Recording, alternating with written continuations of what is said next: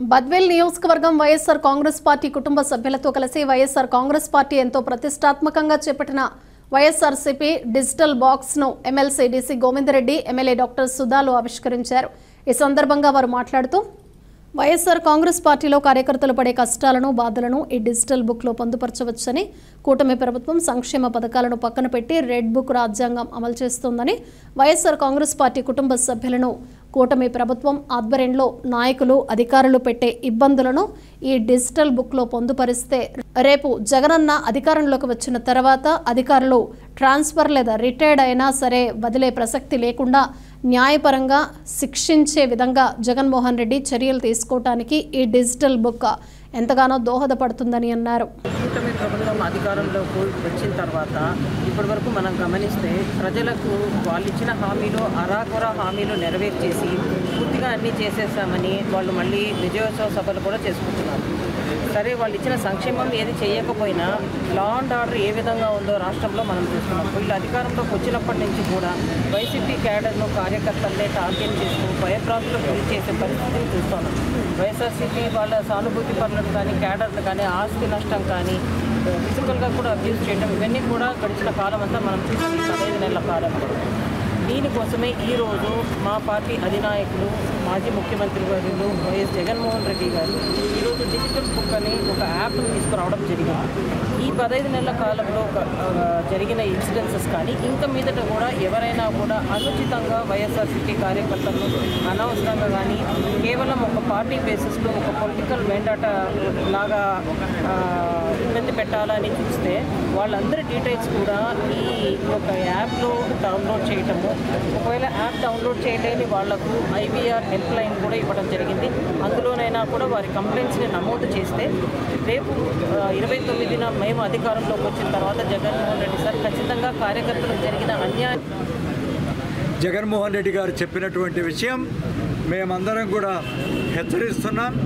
ఇక్కడ నుంచి ఉన్నటువంటి ప్రభుత్వ అధికారులు కానీ పోలీసుల అధికారులు కానీ తెలుగుదేశం పార్టీ నాయకులు కానీ మీరు చట్టబద్ధంగా వెళ్తే ఏమీ ఇబ్బంది లేదు, అలా కాకుండా మా వాళ్ళను ముఖ్యంగా మీడియా మిత్రులను పెద్ద ఎత్తున వాళ్ళు ఇబ్బంది పెడుతూ ఉన్నారు। వాక్ స్వాతంత్రం ఉంది ఈ భారతదేశంలో, ఇది ఒక ప్రజాస్వామ్య దేశం। ఏ విధంగా ఇది మరి అన్డెమోక్రటిక్గా ఏ విధంగా ఈ ప్రభుత్వం పరిపాలిస్తూ ఉందో మనందరం చూస్తున్నాం। మాకేంది కేంద్ర ప్రభుత్వంలో కూడా బీజేపీ అండదండలు ఉన్నాయి, మాకు పవన్ కళ్యాణ్ గారు అండదండలు ఉన్నాయని చెప్పి ఈనాడు మరి మితిమీరినటువంటి ఉత్సాహంతో ఈనాడు పార్టీ క్యాడర్నంతా ఇబ్బంది చేస్తున్నారు। ఇది ఎంతవరకు కూడా సహించము, గట్టిగా ఎదుర్కొంటాం। వాళ్ళందరూ కూడా రేపొద్దున చేసినటువంటి తప్పులకు శిక్ష అనుభవించేటట్టుగా కూడా చేస్తాం। ఈ సందర్భంగా నేను మా పార్టీ మండల అధ్యక్షులందరినీ కూడా కోరడం ఏంటంటే వాళ్ళు కూడా ప్రతి మండలంలో కానీ మున్సిపాలిటీలో కానీ ఈ యాప్ను వాళ్ళు లాంచ్ చేయాలి, చేసేసి అక్కడున్నటువంటి క్యాడర్ కూడా మనం మా అధ్యక్షులు చెప్పినటువంటి విషయాన్ని ఖచ్చితంగా అందరికీ స్ప్రెడ్ చేయాలి। వాళ్ళకు కూటమి నాయకులు చంద్రబాబు నాయుడు గారు కానీ పవన్ కళ్యాణ్ గారు కానీ అదేవిధంగా బీజేపీ నాయకులు కానీ చేయనటువంటి పనులను కూడా తామే చేసినట్టు గొప్పలుగా చెప్పుకున్నటువంటి విషయాన్ని మనం గమనించాల్సినటువంటి అవసరం ఎంతైనా ఉంది। ముఖ్యంగా సూపర్ 6 సూపర్ హిట్ అని చెప్పడం జరిగింది। దాంతో సగం చెప్పినటువంటి మాటలు నెరవేర్చకపోయినా సూపర్ 6 సూపర్ హిట్ అని చెప్పి దానికి ఒక సమావేశం పెట్టి దాన్ని గోరంతలు కొండంతలు చేసినటువంటి విషయాన్ని గమనించాల్సినటువంటి అవసరం ఎంతైనా ఉంది। అదేవిధంగా వాళ్ళు చెప్పినటువంటి ప్రతి మాటను కూడా వాళ్ళు చేసినటువంటి పరిస్థితి లేదు। అదేవిధంగా వాళ్ళు చేసేటటువంటి దుర్మార్గాలను ప్రశ్నించినటువంటి వైసీపీ నాయకులపైన వైసీపీ క్యాడర్ పైన అక్రమంగా అన్యాయంగా దుర్మార్గంగా కేసులు పెట్టేటటువంటి విషయాన్ని మనం గమనించాల్సినటువంటి అవసరం ఉంది। వాళ్ళు ఇష్టం వచ్చినట్టు కేసులు పెట్టి రెడ్ బుక్ రాజ్యాంగాన్ని పెట్టి వాళ్ళు ఏమి చేయకపోయినా అని వాళ్ళని 307 పెట్టి లేకపోతే ఇంకా ఎక్కువ కేసులు పెట్టి జైల్లోకి పంపినటువంటి విషయాన్ని మనం చూస్తూ ఉన్నాం. కానీ వైసీపీ క్యాడర్ పూర్తిగా ఇబ్బందులు పాలైనటువంటి పరిస్థితి.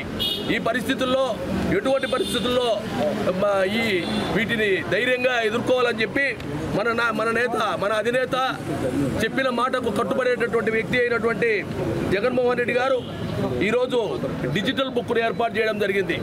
డిజిటల్ బుక్లో ఈ QR కోడ్ను స్కాన్ చేసి ఆ స్కాన్ ప్రకారం మనకైతే ఎక్కడ అన్యాయం జరిగిందో అధికారులు అన్యాయం చేస్తే అధికారుల పేరుతో, అదేవిధంగా వైసీపీ కూటమి నాయకులు అన్యాయం చేసి వైఎస్ఆర్సీపీ కార్యకర్తలపైన నాయకులపైన అరాచకాలు అక్రమాలు మరి అదే మర్డర్లు చేయడం, కేసులు పెట్టకుండా మళ్ళీ రివర్స్ కేసులు పెట్టడం జరుగుతూ ఉంది.